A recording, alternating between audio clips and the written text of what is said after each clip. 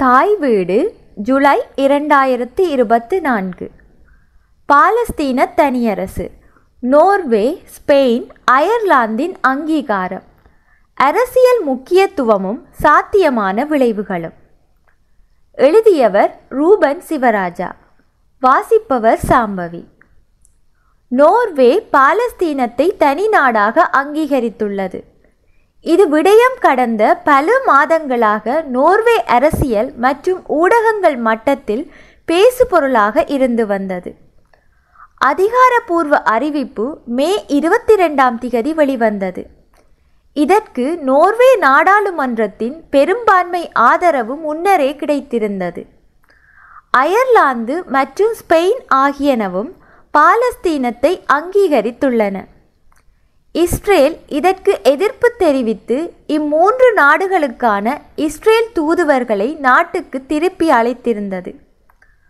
பாலஸ்தீனத்திற்கான உதவி வழங்கும் நாடுகளின் குழுவில் நோர்வேயின் பங்கு சார்ந்து எதிர்மறை விளைவுகளை எதிர்கொள்ள நேரும் என நோர்வேயை இஸ்ரேல் எச்சரித்தும் இருந்தது. இந்நாடுகளின் அங்கீகார அறிவிப்பினை பாலஸ்தீன தன்னாட்சி நிர்வாகம், பலஸ்தீனியன் அத்தாரிட்டி மற்றும் ஹமாஸ் ஆகியன வரவேற்றுள்ளன. பயங்கரவாதத்திற்கான பரிசு என இஸ்ரேல் பிரதமர் பெஞ்சமின் நேதன்யாங்கு கண்டித்துள்ளதோடு பாலஸ்தீனத்தை அங்கீகரிப்பதில் இருந்து ஏனைய நாடுகளை தடுப்பதற்கு இஸ்ரேல் தீவிர ராஜதந்திர எதிர்த்தாக்குதலை தொடங்கியுள்ளது. இஸ்ரேல் துல்லியமாக வரையறுக்கப்பட்ட எல்லைகளை கொண்டிராத போதும் அதற்கு ஆதரவாக மே 11, 1949 ஐநா பொதுச்சபையில் இஸ்ரேலின் உறுப்புரிமைக்கான வாக்களிப்பு இடம்பெற்றது. இறைமையும் சுதந்திரமும் கொண்ட அரசாக இஸ்ரேலின் இருப்பிற்கான உரிமையை ஏற்றுக்கொள்வோர் வெறும் சொல்லளவில் மட்டும் நின்றுவிடாது, நடைமுறையில் அதற்கான செயலை முன்னெடுக்க கடப்பாடு உடையவர்கள் என்பது அப்போது முன்வைக்கப்பட்ட முக்கியமான வாதமாகும். எனவே அதே வாதம் தற்போது பாலஸ்தீனத்திற்கும் பொருந்தும் என்ற கருத்தும் முன்வைக்கப்படுகிறது. அண்மைய மாதங்களில் ஸ்பெயின், அயர்லாந்து, நோர்வே ஆகிய 3 நாடுகளுக்கும் இடையிலான நெருக்கமான உரையாடலின் பின்னரே இந்த முடிவு வெளிவந்தது. நீண்ட காலமாக 3 நாடுகளுக்கும் இடையே விரிவான ராஜதந்திர மற்றும் அரசியல் பேச்சுவார்த்தைகள் நடந்துள்ளன. மேலும் ஸ்பெயின் இது விடயத்தில் உந்து சக்தியாக இருந்துள்ளது. காசா மீதான இஸ்ரேலின் இனப்படுகொலை எல்லை மீறியுள்ள நிலையில் இந்த அறிவிப்பிற்கும் சர்வதேச நீதிமன்றம் இஸ்ரேல் பிரதமர் மீது கைது ஆணை பிறப்பிக்க வேண்டும் என்ற கோரிக்கைக்கும் முக்கியத்துவம் உள்ளது. இதன் அரசியல், குறியீட்டு முக்கியத்துவம் மற்றும் பின்னணி விளைவுகள் குறித்த பார்வையாக இக்கட்டுரை அமைகின்றது. 75% நாடுகளின் அங்கீகாரமும் வல்லரசுகளின் நிராகரிப்பும். பாலஸ்தீனத்தினை முன்னரே உலகின் 75% நாடுகள் தனி நாடாக அங்கீகரித்துள்ளன. 193 ஐநா உறுப்பு நாடுகளில் 143 நாடுகள் ஏலவே அங்கீகரித்துள்ளன. நோர்வே, ஸ்பெயின், அயர்லாந்து ஆகியவற்றின் புதிய இணைவுடன் பாலஸ்தீனத்தினை அங்கீகரித்த நாடுகளின் பட்டியல் 146 ஆகியுள்ளது. முன்னர் அங்கீகரித்தவற்றில் பலவும் ஆபிரிக்க, ஆசிய மற்றும் தென் அமெரிக்க நாடுகளாகும். நோர்வேக்கு முன்னர் அங்கீகரித்த மேற்குலக நாடுகளான ஸ்வீடன், ஐஸ்லாந்து மற்றும் போலந்து ஆகியன மட்டுமே உள்ளன. உலகினதும் ஐரோப்பாவினதும் பலம் பொருந்திய நாடுகள், குறிப்பாக இஸ்ரேலின் அதீத ஆதரவு சக்திகளாக விளங்கும் நாடுகள் இதுவரை அங்கீகரிக்கவில்லை. America, Britannia, France, German, Italy, Denmark, Finland போன்றன அப்பட்டியலில் உள்ளடங்குகின்றன. இரு தேச தீர்வு. அமெரிக்கா உட்பட இந்நாடுகள் இஸ்ரேல் பாலஸ்தீனம் என்ற இரு தேச தீர்வினை 2 ஸ்டேட் சொல்யூஷன் ஆதரிக்கின்ற போதும் நோர்வே உட்பட்ட நாடுகள் வழங்கிய அங்கீகாரத்தினை ஒருதலைப்பட்சமானவை என நிராகரிக்கின்றன. இருதரப்பு பேச்சுவார்த்தைகளுக்கு ஊடான தீர்வின் அடிப்படையிலேயே பாலஸ்தீன தனியரசு அங்கீகரிக்கப்பட வேண்டும் என்பது அமெரிக்க நிலைப்பாடு. இத்தகைய கோரிக்கைகளும் நிலைப்பாடுகளும் அடிப்படைகள் அற்றவை என்பதோடு இஸ்ரேல் என்கின்ற இன அழிப்பு, இனவெறி, அபார்ட்ஹெய்ட் ஸ்டேட் அரசிற்கு முண்டு கொடுக்கின்ற அணுகுமுறையும் ஆகும். மட்டுமல்லாமல் பிராந்தியத்தின் ஏனைய நாடுகள் இஸ்ரேலை சுதந்திர யூத அரசாக அங்கீகரித்தலிலும் அது தங்கியுள்ளதாக அமெரிக்கா கூறி வந்துள்ளது.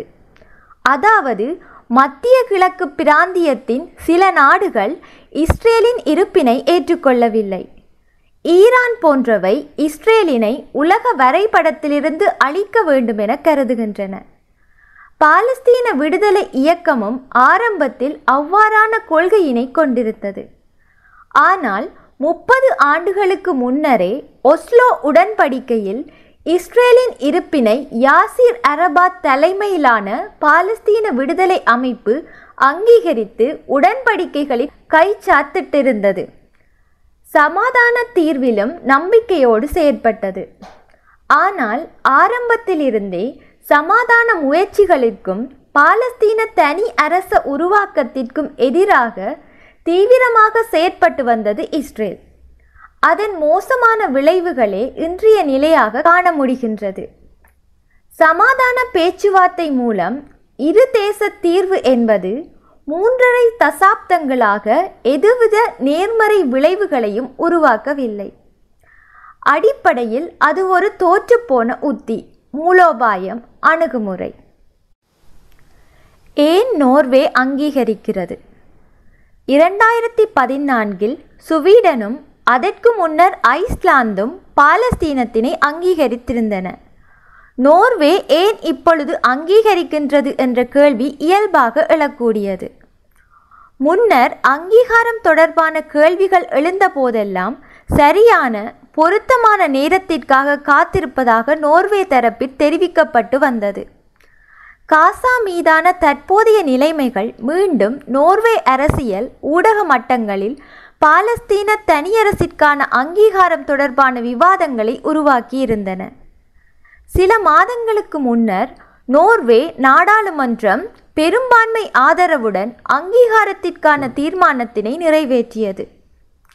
உரிய நேரத்தில் அதிகாரப்பூர்வ அறிவிப்பினை வெளியிடுமாறு அரசாங்கத்தினை கோரியிருந்தது.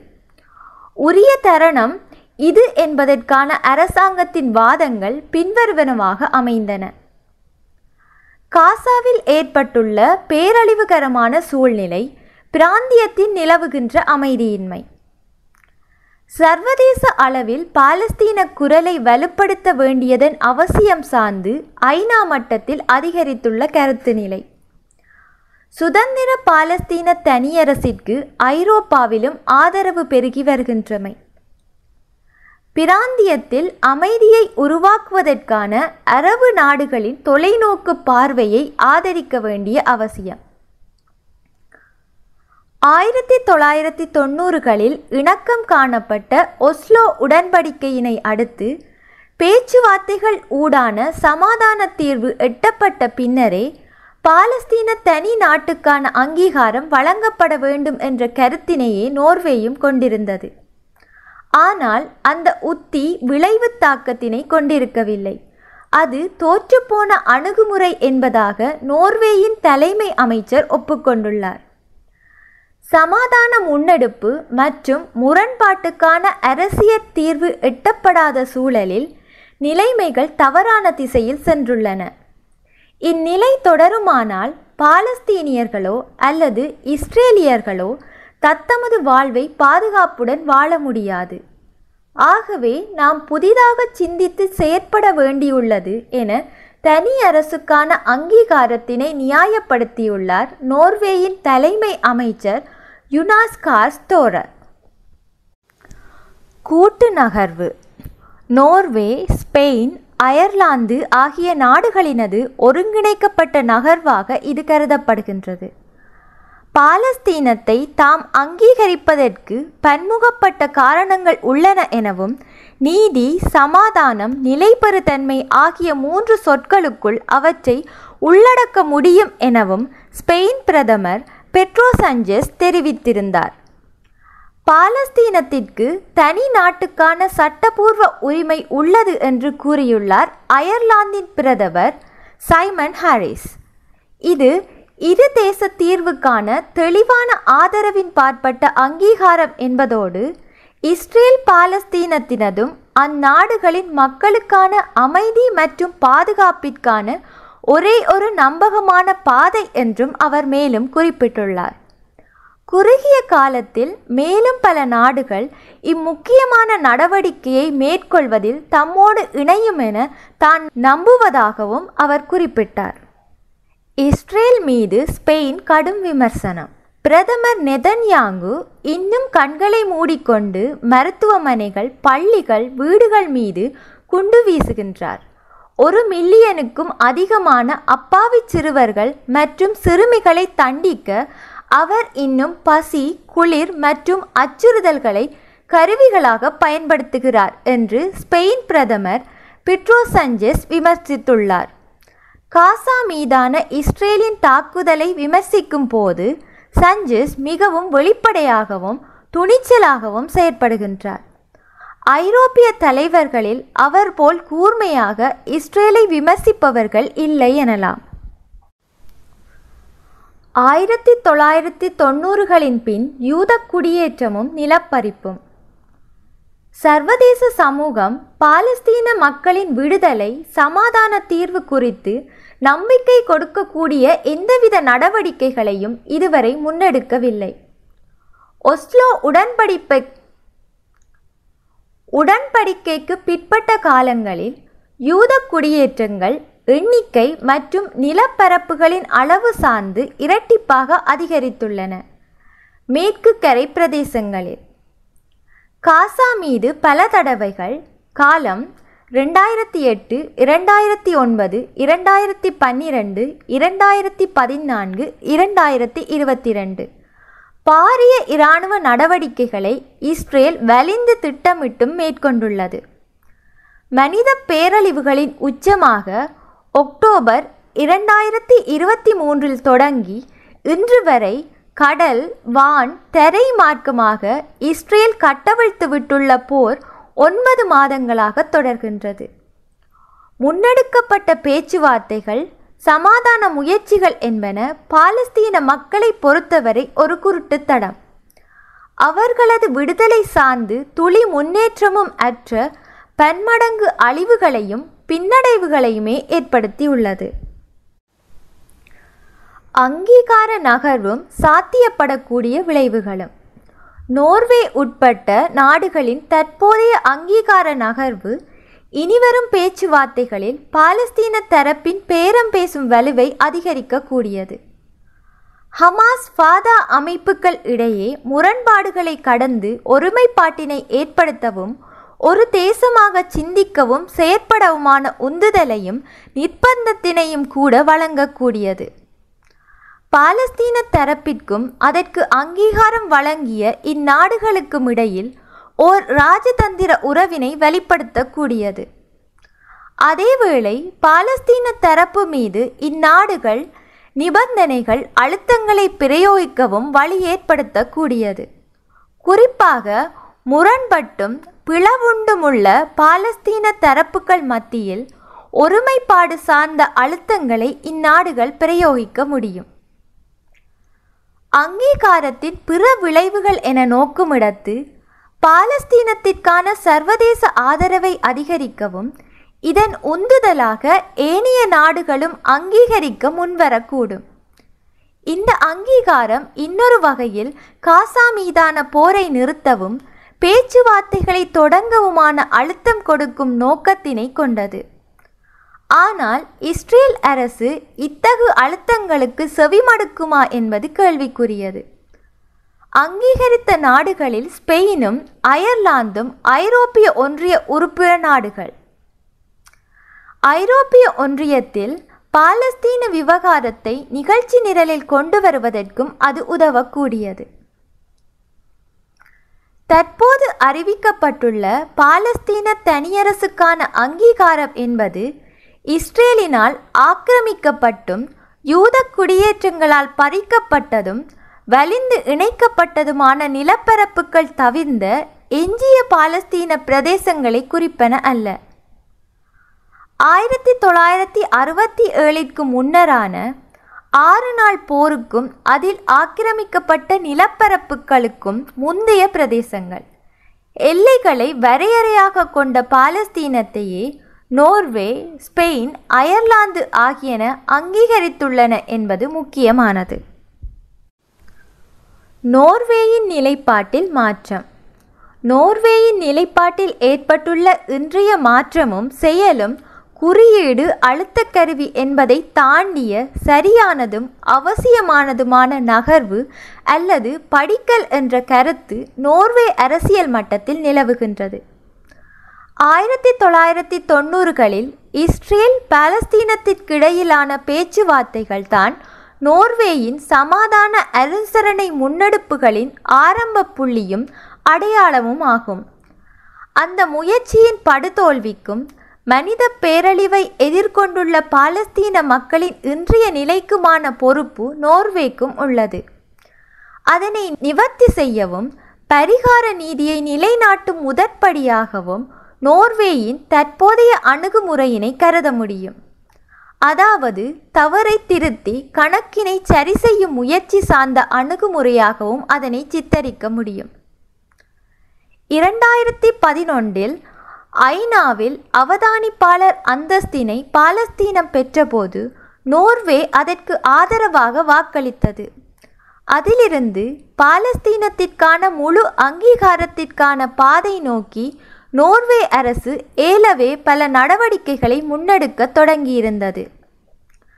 பாலஸ்தீன பிரதிநிதித்துவத்திற்கான தூதரகம் நோர்வேயில் நிறுவப்பட்டதோடு பிரதேசத்தை விளிக்கவும் விபரிக்கவும் பாலஸ்தீனம் என்ற பதம் பயன்படுத்தப்படுகின்றமை குறிப்பிடத்தக்கது. சர்வதேச குற்றவியல் நீதிமன்றத்தில் இஸ்ரேலிய பிரதமர் உட்பட்ட அதன் தலைவர்கள் மீது போர்க்குற்றங்களுக்கான கைது ஆணை பிறப்பிக்க கோரி அதன் தலைமை வழக்கறிஞர் காரிம் கான் விண்ணப்பித்த 2வது நாள் பாலஸ்தீன தனியரசை அங்கீகரிக்கும் தமது தீர்மானத்தினை இந்நாடுகள் வெளியிட்டன. இது பாலஸ்தீன மக்களை பொறுத்தமட்டில் ஒரு வரலாற்று நிகழ்வு. அவர்களுடைய நில உரிமையை அங்கீகரிக்கின்ற நகர்வு. அவர்களுக்கு எதிரான ஒரு பாரிய இன அழிப்பு நடத்தப்பட்டு கொண்டிருக்கின்ற சமவேளையில் வெளிவந்துள்ள இந்த அறிவிப்புகள் போர்க்குற்றவாளிகள் மீதான கைது விண்ணப்பம் தனியரசாக அங்கீகாரம் முக்கியத்துவம் பெறுகின்றன. இஸ்ரேலின் உண்மை முகம் உணர தலைப்பட்டுள்ள மேற்கு. இஸ்ரேலின் உண்மையான நோக்கம் ஹமாஸ் இயக்கத்தை பூண்டோடு அழிப்பது என்பதை தாண்டி பாலஸ்தீன மக்களை இன அழிப்பிற்குள்ளாக்குவது என்பதை மேற்குலக நாடுகள் உணரவும் வெளிப்படுத்தவும் தலைப்பட்டுள்ளன.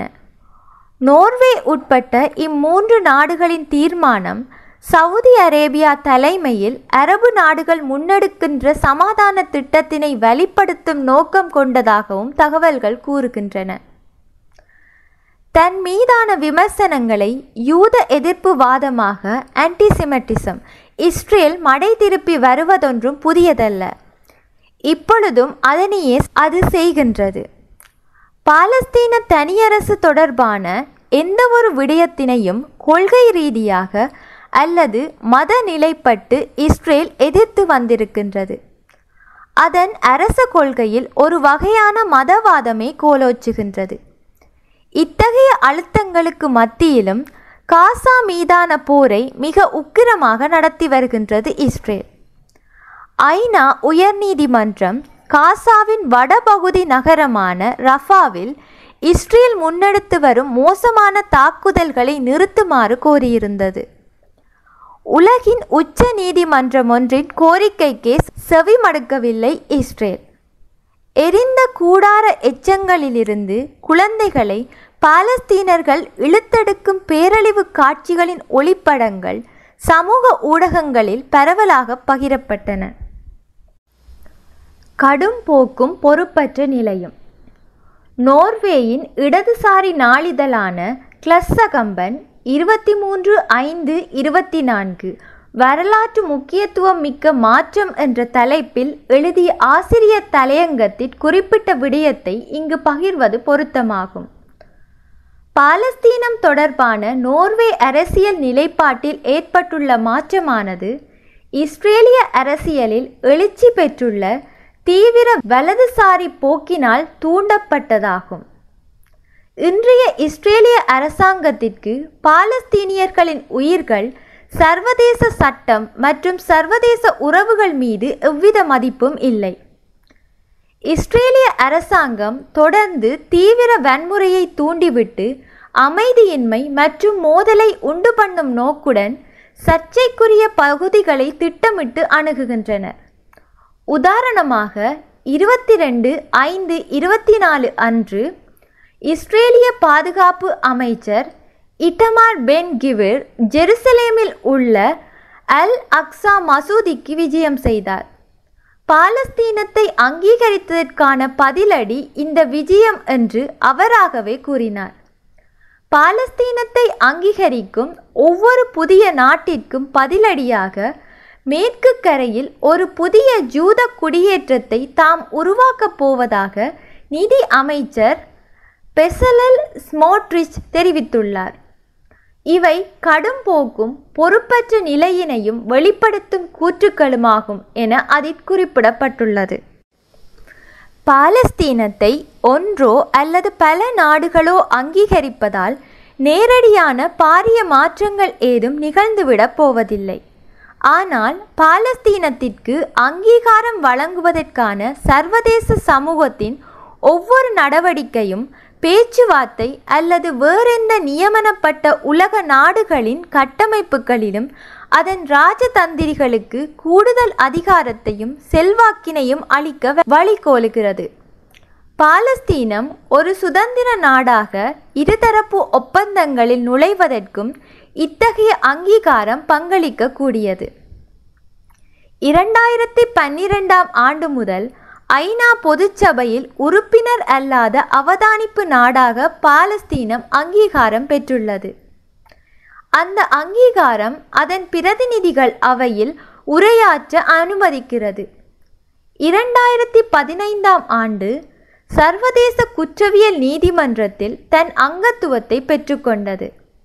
அதன் மூலம் பாலஸ்தீன பிரதேசங்களில் நீதிமன்றத்தின் அதிகார வரம்பினை ஏற்கவும் உடன்பட்டது. இன அழிப்பிற்கும் நிலப்பறிப்பிற்கும் அங்கீகாரம் வழங்குகின்ற போக்கு. 30 ஆண்டுகளுக்கு மேலான சமாதான பேச்சுவார்த்தைகள் பாலஸ்தீன மக்களின் விடுதலையை அங்குலம் கூட முன்னகர்த்தவில்லை. பாரிய பின்னடைவுகளுக்கே வழிகோலியுள்ளன. பின்னடைவுகள் எனும்போது அவை அரசியல் அர்த்தத்திலான பின்னடைவுகள் மட்டுமல்ல. பாரிய அளவிலான நில இழப்பு, பல்லாயிரக்கணக்கான உயிரிழப்பு, உரிமை இழப்புகளை ஏற்படுத்தியுள்ளது. கடந்த 3 தசாப்தங்களில் சமாதான பேச்சுவார்த்தைகள் தொடங்கப்படுவதும் கிடப்பில் போடப்படுவதுமாக மாறி மாறி நிகழ்ந்துள்ளன. இஸ்ரேலின் அரச பயங்கரவாத மற்றும் இன அழிப்பு நடவடிக்கைகள் பன்மடங்காயுள்ளன. அவற்றின் உச்சமாக காசா மீதான போர் கடந்த 9 மாதங்களாக தொடர்கின்றது. எனவே பேச்சுவார்த்தைகளின் மூலமாகவே பாலஸ்தீன தனியரசு அங்கீகரிக்கப்பட வேண்டும் என்பது வெற்றுக்கூற்று அல்லது இஸ்ரேலின் இன அழிப்பிற்கும் நிலப்பறிப்பிற்கும் அங்கீகாரம் வழங்குகின்ற போக்கு. சமாதான முன்னெடுப்புகள் தொடங்கப்பட்டதிலிருந்து 30 ஆண்டுகளுக்கு மேலாக இஸ்ரேலின் நிகழ்ச்சி திட்டத்திற்கும் நிபந்தனைகளுக்கும் இசைவாகவே நகர்வுகள் இடம்பெற்றுள்ளன. பாலஸ்தீன தரப்பில் உள்ளக வன்முறைகள் உட்பட்ட முரண்பாடுகளும் பிளவுகளும் ஏற்படுத்தப்பட்டன. பாலஸ்தீன நிலங்கள் அபகரிப்பு விரிவாக்கமும் யூத குடியேற்றமும் முன்னெடுக்கப்பட்டன. காசா மீது பல தடவைகள் பெருமெடுப்பிலான போர் நடவடிக்கைகள் கட்டவிழ்த்து விடப்பட்டன. தற்போது இன அழிப்பு என்ற மோசமான நிலைக்கு கொண்டு செல்லப்பட்டுள்ளது. சர்வதேச குற்றவியல் நீதிமன்றமும் உலக பெரும்பான்மையும் பாலஸ்தீன மக்கள் இன அழிப்பிற்கு உள்ளாக்கப்படுவதை ஏற்றுக்கொண்டுள்ளன. பாலஸ்தீன தனியரசுக்கான எல்லாவித அடிப்படைகளையும் இல்லாதொழிக்கும் நடவடிக்கைகளை பல முனைகளில் இஸ்ரேல் கட்டவிழ்த்து விட்டு வந்துள்ளது. இஸ்ரேலின் நடவடிக்கைகள் பாலஸ்தீன நிலங்கள் மீதான ஆக்கிரமிப்பு ஒக்யுபேஷன் என்பதை தாண்டி வலிந்த இணைப்பு அனெக்சேஷன் வகைமையைச் சேர்ந்தவை. இது உலக நாடுகள் ஆதரிக்கின்ற இரு தேச தீர்விற்கான புறச்சூழலையே இல்லாமற் செய்யும் இலக்கினை கொண்டுள்ளது. பாலஸ்தீனம் என்றொரு நிலப்பரப்பினை கொஞ்சம் கொஞ்சமாக இல்லாமற் செய்துவிட்டால், இஸ்ரேல் தனதாக்கிக் கொண்டால், இன்னொரு நாட்டுக்கான வாய்ப்பை இல்லாமலாக்குவதென்ற இஸ்ரேலின் இலக்கு சாத்தியமாகும். எனவே இரு தேச தீர்வுக்கு அடிப்படையாக பாலஸ்தீன நிலங்களை இஸ்ரேலின் ஆக்கிரமிப்பு, பறிப்பு, வலிந்த இணைப்பு, யூத குடியேற்றங்கள் ஆகிய பலமுனை அபகரிப்புகளிலிருந்து பாதுகாப்பது அவசியமானது. நன்றி.